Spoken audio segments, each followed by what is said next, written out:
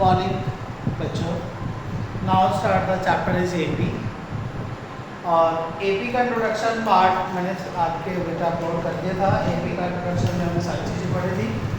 अब स्टार्ट करते हैं एपी के PYQs, है ना। एक्सरसाइज की करके बेटा PYQs स्टार्ट कर रहे हैं और वहाँ से आपके सारे डाउट्स और सारे क्वेश्चन ऑफ NCERT RS और RD तीनों हो जाएंगे।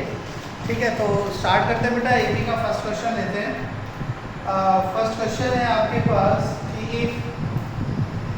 If k plus 2 and 4k minus 6 and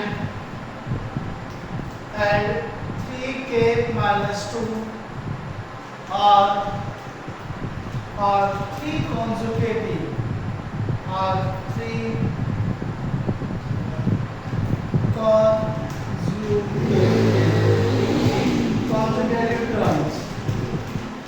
consecutive terms of an AP, then the value of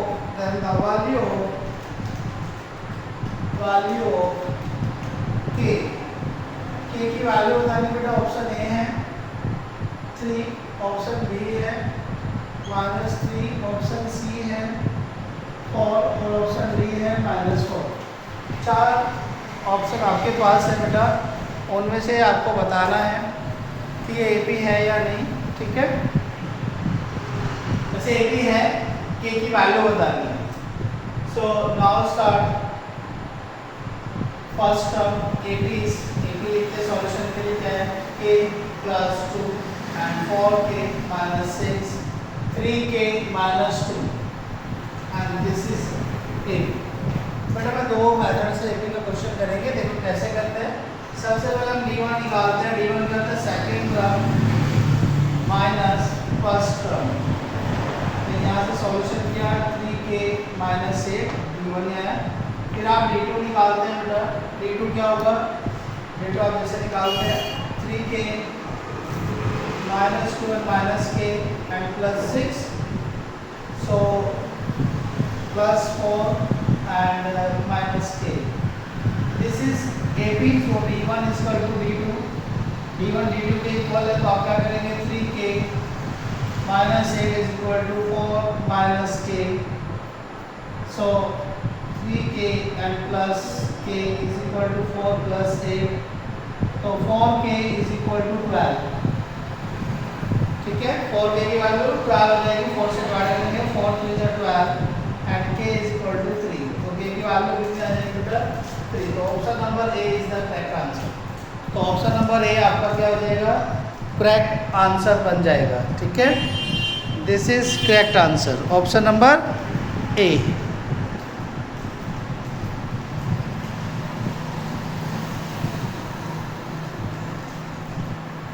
option number A आपका करेक्ट आंसर हो जाएगा। सेकंड मेथड देखते हैं प्लस का, इसे राइट डाउन कर लेना। सेकंड क्या है, सेकंड भी इजी है। देखो कैसे करते हैं। सेकंड के लिए जो सेकंड टर्म होती है उसे हम ट्वाइस करते हैं। सेकंड टर्म क्या है आपके पास 4k minus 6 और ये जो बची हुई टर्म है a और c, फर्स्ट एंड थर्ड, इन दोनों को हम प्लस करते हैं। तो आपके पास क्या आएगा 8k minus 12 is equal to 4k and 2 से 2 कैंसिल आउट और 8k minus 4k is equal to 12, तो 4k is equal to 12 and 3 times है, so k is equal to 3। तो ये सेकंड मेथड होगा। तो आप इससे भी क्वेश्चन कर सकते हैं कि जो सेकंड टर्म आपके पास बनेगी, ठीक है, उसे ट्वाइस करना है, फर्स्ट और थर्ड टर्म का एडिशन करना है, तो वहाँ से आपका आंसर निकल जाएगा और आपका आंसर क्या आ जाएगा, k is equal to 3। So now start the second question. अब सेकंड क्वेश्चन लेते हैं। सेकंड क्वेश्चन करते हैं।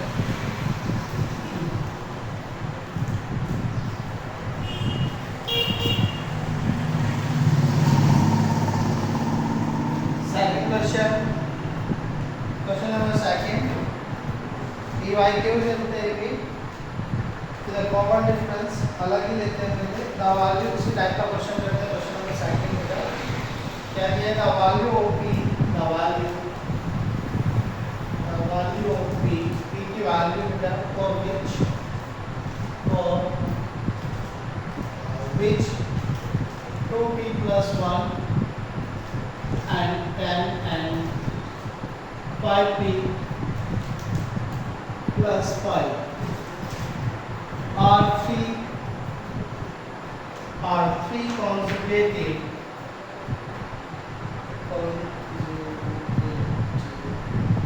terms. Conjugated terms of an AB is. तो AB क्या है? अगर हम देखते हैं -1B -2C 1 and 2. सॉल्यूशन करते हैं। देखो यहाँ से आपको क्या करना है, इसके लिए सॉल्यूशन करना है, बेटा। तो इसके बाद बेटा सेकंड टर्म इज 10, उसी से करते हैं 2 10 into multiply 10 and 2p plus 1 and plus 5p plus 5, so 20 is equal to 7p and plus 6 and 20 minus 6 is equal to 7p and 14 is equal to 7p and 2 times, so p is equal to 2, तो p की value कितनी आ जाएगी? 2 आ जाएगी। तो answer आपके पास आ जाएगा option number D is the correct answer, a is equal to 2। ठीक है, तो b की वैल्यू कितनी बन जाएगी बेटा? 2 बन जाएगी, तो इसे राइट डाउन करेंगे। इसके बाद नेक्स्ट क्वेश्चन करते हैं, क्वेश्चन नंबर 3।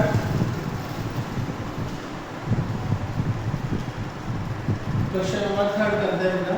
PYQ आपके चल रहे हैं अकॉर्डिंग टू द बोर्ड बेटा, है ना। थर्ड क्वेश्चन लेते हैं।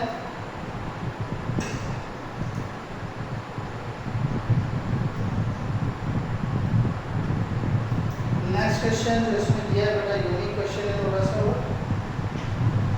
क्वेश्चन नंबर 9 यानी क्वेश्चन नंबर 3 क्या है? If the first term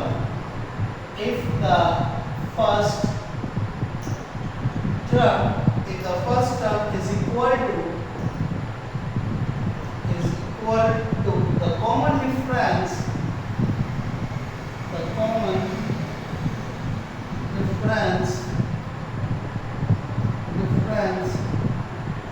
and the second term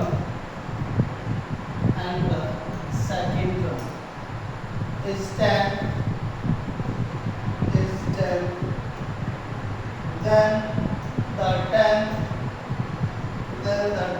term of the AP is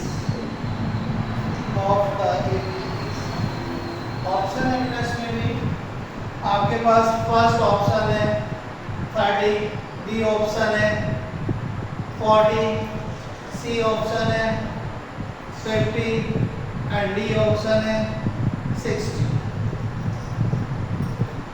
solve करते हैं। देखो इसमें क्या दिया है, सबसे पहले आप देखेंगे बेटा the first term is equal to the common difference.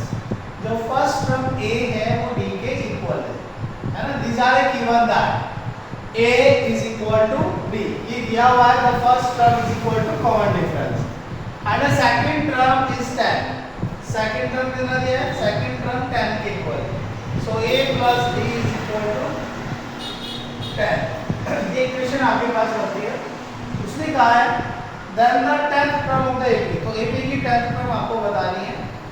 तो यहाँ से हम थोड़ा सा सॉल्व करते हैं। आपको पता है a और d दोनों बराबर है, तो a प्लस a d की वैल्यू रखेंगे, तो यहाँ से सॉल्यूशन करेंगे तो a is equal to 10 and cancel out जो 5 time, so a is equal to 5। a की वैल्यू कितना आ जाएगी बेटा? 5 आ जाएगी।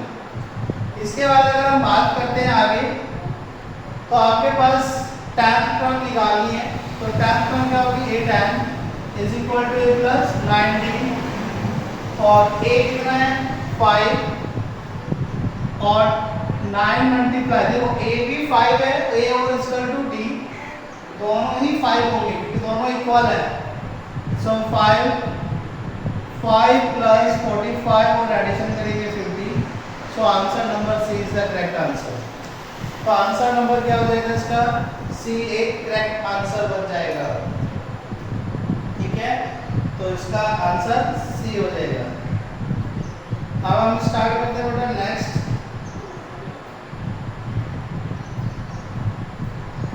क्वेश्चन। राइट डाउन करें इसे बेटा।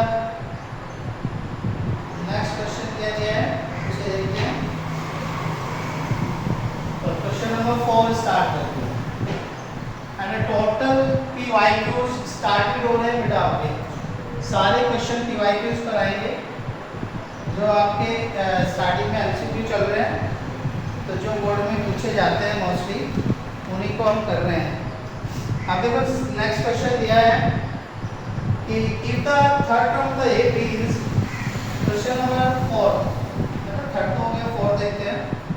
If the third term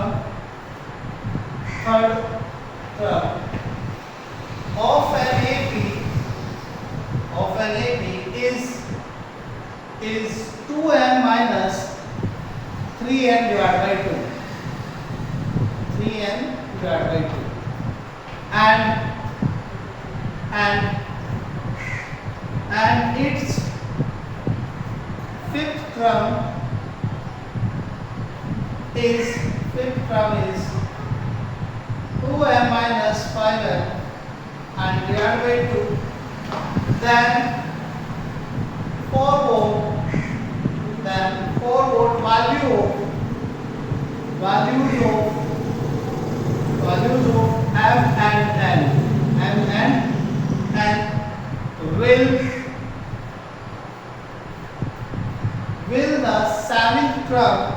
the seventh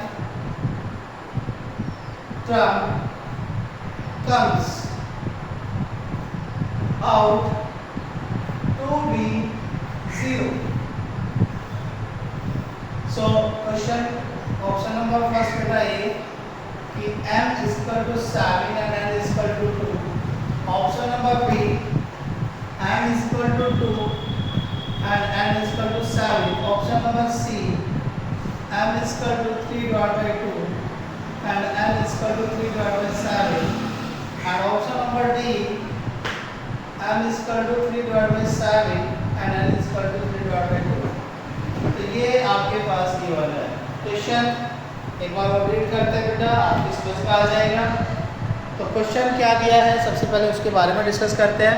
इसने कहा if the third term of an A P is 2m minus 3n divided by 2n, मतलब थर्ड टर्म आपके पास कितना है 2m minus 3n divided by 2n है, and it's fifth term is 2m minus 5n divided by 2। तो fifth term कितना दिया है 2m minus 5 divided by 2 दिया है। Then 4 volt value of m और n की वैल्यू बता रही है जब 7 टर्म्स कम आउट बी 0, जब 7 टर्म क्या बन जाती है 0 बन जाती है। तो देखो कैसे करना है बेटा। सबसे पहले थर्ड टर्म गिवन है a plus 2d is equal to 2m minus 3n divided by 2n। Okay, and next given है आपके पास बेटा फिफ्थ टर्म कितना है, सो a plus 4d is equal to 2m minus 5m divided by 2। एक बार तो question देखते हैं कि स्प्लिट तो नहीं है। हाँ स्प्लिट है बेटा, क्योंकि आपके इस क्वेश्चन में स्प्लिट है। इन द थर्ड टर्म तो a is 2m minus 3n divided by 2 है ना, 2 आपके पास है, and its fifth term is 2m minus 5m। अब ठीक है, अब देखो यहाँ से आपके पास दो इक्वेशन बनती है, तो हमें d की वैल्यू निकालनी है बेटा, हम माइनस करते हैं दोनों इक्वेशंस को। तो यहाँ से ये कैंसिल आउट और यहाँ पर क्या बनता है minus 2d is equal to 2m minus 3n divided by 2 and minus 2m minus 5n divided by 2। इसके बाद सोल्व करते हैं, देखो यहाँ से क्या आएगा, तो आप एल्सियम लेंगे 2d is equal to 2 एल्सियम मिलेगा 2m minus 3n minus 2m and plus 5n। तो 2m मुझे लगता है कैंसिल आउट हो जाएंगे, these are same. So minus 2d is equal to, तो 2n divide by 2n and divide by 2। यहाँ से हम कैंसिल आउट करते हैं तो क्या आएगा, minus 2d is equal to n और d बन जाएगा माइनस n डिवाइड बाय 2। ठीक है, यहाँ तक क्लियर है। तो d की वैल्यू कितनी आ जाएगी, d की वैल्यू आप यहाँ से देखेंगे तो d is equal to minus n divide by 2, ये d की वैल्यू बनेगी। अब आपको क्या करना है बेटा, a की वैल्यू निकालनी है, a की वैल्यू फाइंड करनी है। a की वैल्यू कैसे फाइंड करेंगे वो देखते हैं। तो सबसे पहले हम क्या करेंगे, putting the value of d in equation number first में रख देते हैं। तो फर्स्ट क्या है, इधर से लिखते हैं a plus 2 multiply d is minus n divide by 2 and is equal to 2m minus 3n divide by 2। 2 से 2 cancel out, so a is minus n is equal to 2m minus 3n divide by 2। तो a is equal to क्या आएगा, 2m minus 3n and divide by 2 and minus की जगह plus हो जाएगा, तो a की वैल्यू कितनी आ जाएगी, 2m minus 3n and plus 2n and divide by 2। ठीक है, यहाँ से हम सोल्व करते हैं तो आपके पास जो वैल्यू बनेगी वो क्या होनी चाहिए, a is equal to 2m minus n divide by 2, ये a की वैल्यू है। मैं थोड़ा सा ऊपर से रफ कर रहा हूँ बेटा, तो देखते हैं आ भी रहा है वीडियो में, नहीं ठीक है, आप देखते हैं बेटा। ऑप्शन छोड़ देते हैं, उसके बाद सोल्यूशन करते हैं। सेवन टर्म इज 0, तो उसमें क्या दिया है, जो सेवन टर्म है वो किसके इक्वल है, 0 के इक्वल है। Seven term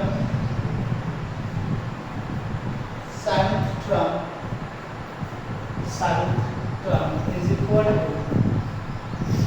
0, so a plus 6d, a की वैल्यू कितनी होगी, the value of a 2m minus n divide by 2 and इसके बाद अगर बात करते हैं 6b plus 6 minus n divide by 2 and b, so cancel out, so 3 और 7 term is equal to 0, so 0 2m minus n and divided by 2 and minus 3m and LCM, so LCM लेंगे यहाँ से तो क्या आएगा, 0 is equal to 2 and 2m minus n minus 3n। so यहाँ से थोड़ा सा और सोल्व करते हैं तो 0 इज इक्वल टू, ये 0 हो जाएगा और यहाँ से मिलेगा 2m माइनस 4n और यहाँ से थोड़ा सा और सॉल्व करते हैं तो 4n is equal to 2m और इसके बाद अगर हम बात करें तो ये कैंसिल आउट, 2 टाइम तो 2n is equal to m बन जाएगा। तो यहाँ से आपके पास क्या कंडीशन दी होगी कि जो m है वो ट्वाइस है इसके 2n है।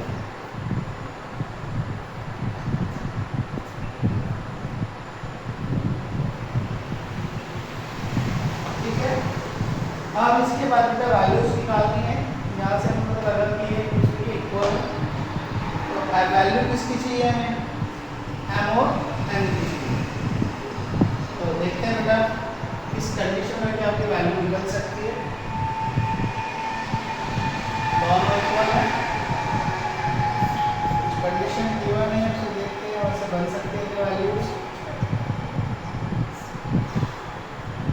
a is equal to 2m minus n divided by 2।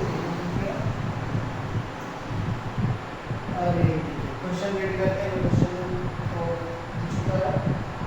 इनका थर्ड रन नीचे दिया है प्रश्न में से, एक the third run the AP is 2m minus n 3n divided by 2, बिल्कुल सही है। Fifth run is 2m minus 5n divided by 2, ये भी सही है। Then for what value of m and n, तो m and n की value बतानी है, फिर the seventh term comes out to be 0। तो यहाँ से देखना है बेटा कि आपके पास क्या आंसर बनते हैं या दो आंसर आपके पास बनते हैं डबल से, तो आंसर आप ऐसे भी आइडिया भी लगा सकते हैं कौन सी कंडीशन डबल्स आ रही है। जैसे अगर मैं बात करूँ M is equal to twice of N, तो अगर एम की वैल्यू पूरा देंगे तो एम की वैल्यू हो जाएगी डी ट्वाइस ऑफ एन। तो मुझे तो लगता है कि इसमें कोई इस अनुसार में आंसर दिया है इसमें एम की वैल्यू पूरा रखते हैं, एम की वैल्यू 7 आएगी नहीं आएगी, एम की वैल्यू पूरा रखते हैं, एम की वैल्यू 7 आएगी नहीं आएगी, और एम की वैल्यू 3/2 रखते हैं तो 3/7 आएगी, एम की वैल्यू रखते हैं तो 6/3 नहीं आएगी, और यहाँ से 7 की फॉर्म में बनेगी। एक बार ये चेक करते हैं क्वेश्चन में मिसप्रिंट होगा या फिर हमने नहीं गलती की।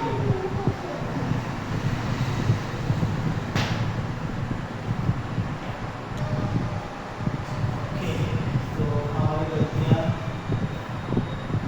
यहाँ पर गलतियाँ 2 × 3 तो 3 × 6, यहाँ पर 6 हो गया, 3 × 6, और यहाँ पर 6 एंड 4 है, यहाँ बनेगा 7 है, सब सही है अदरवाइज 7 है। और यहाँ से अगर हम देखते हैं तो 7n is equal to 2m और m इज इक्वल टू 7/2। अब ऑप्शंस देखते हैं कौन सा आपका करेक्ट हो सकता है। देखो बेटा, यहाँ से ऑप्शन से आंसर निकालना है, n की वैल्यू 2 रखते हो यहाँ पर, तो 2 से 2 कैंसिल आउट और m कितना आ जाएगा 7। तो option number A is the correct answer. एक तो ऑप्शन नंबर ए करेक्ट हो गया। दूसरा कौन सा हो जाएगा देखते हैं। अगर मैं m की वैल्यू 7 रखता हूँ 49/2, तो ये नहीं है, बी ऑप्शन नहीं है। और m 3/7, 7 से 7 cancel out, 3/2, option number C भी राइट है। ठीक है, ऑप्शन नंबर सी, दो ऑप्शन इसमें राइट है। डी चेक करते हैं एंड m इज 3/2 तो 21/4, तो ऑप्शन नंबर ये नहीं। तो इसमें जो आंसर दिया है वो फर्स्ट एंड थर्ड है ना, दो ऑप्शन राइट है ना इसमें, फर्स्ट एंड यानी ए एंड सी, ये आंसर बन जाएगा ए एंड सी। तो इस क्वेश्चन का आंसर क्या बन जाएगा ए एंड सी। सो इसे बेटा राइट डाउन करना है आपको। थोड़ा सा मैं कैमरे को नीचे करता हूँ क्योंकि बहुत आपको वरना दिखेगा नहीं।